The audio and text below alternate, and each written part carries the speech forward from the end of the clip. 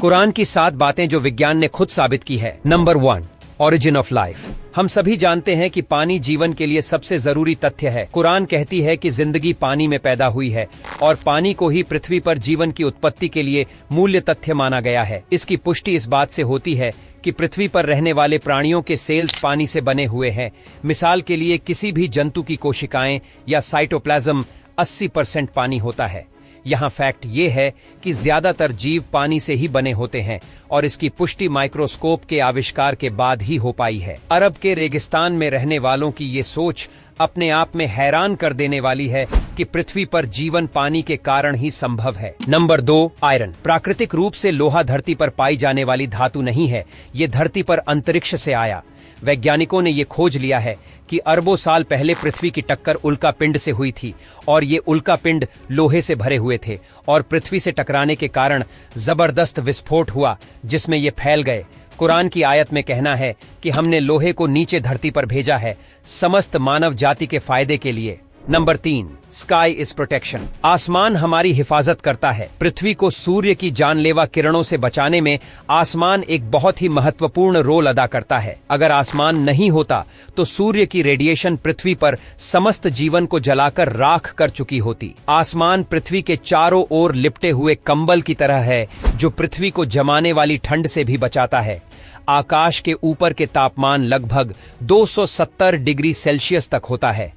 आकाश पृथ्वी पर green house effect पैदा कर जीवन को सूर्य की रेडिएशन और अंतरिक्ष की जमा देने वाली ठंडी दोनों से ही बचाता है। Number 4, the mountains. हमने दुनिया को आराम करने वाली जगह नहीं बनाया और पहाड़ों को धरती का कोटा नहीं बनाया।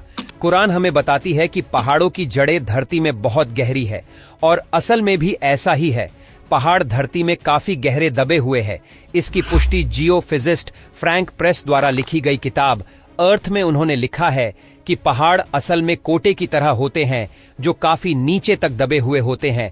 माउंट एवरेस्ट, जिसकी ऊंचाई धरती की सतह से लगभग 9 किलोमीटर ऊपर है, उसकी धरती के नीचे की गहराई 125 किलोमीटर के करीब है और इसका पता लगाना 20वीं सदी की शुरुआत में प्लेट टेक्टोनिक टेक्निक्स के आविष्कार के बाद ही संभव हो पाया है।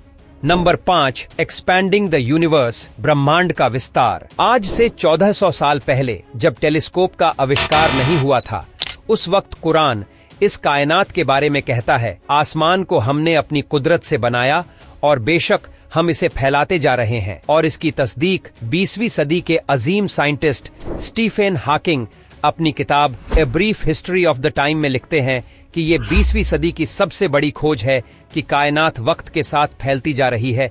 हैरान करने वाली बात यह है दोस्तों कि इसका जिक्र कुरान में टेलीस्कोप के ईजाद से 1400 साल पहले ही हो चुका है। नंबर 6, सूरज का घूमना। दोस्तों, साइंटिस्ट पहले ये समझते थे कि सूरज बस एक जगह पे ठहरा हुआ है और कभी कोई मूवमेंट नहीं करता। 1512 में एक साइंटिस्ट अपना एक नजरिया पेश किया कि जमीन के गोल चांद और बाकी प्लेनेट चक्कर नहीं लगा रहे, बल्कि सूरज के गोल चांद और बाकी प्लैनेट्स चक्कर लगा रहे हैं और सूरज अपनी जगह पर ही ठहरा हुआ है। एक जमाने तक साइंटिस्ट का यही मानना रहा।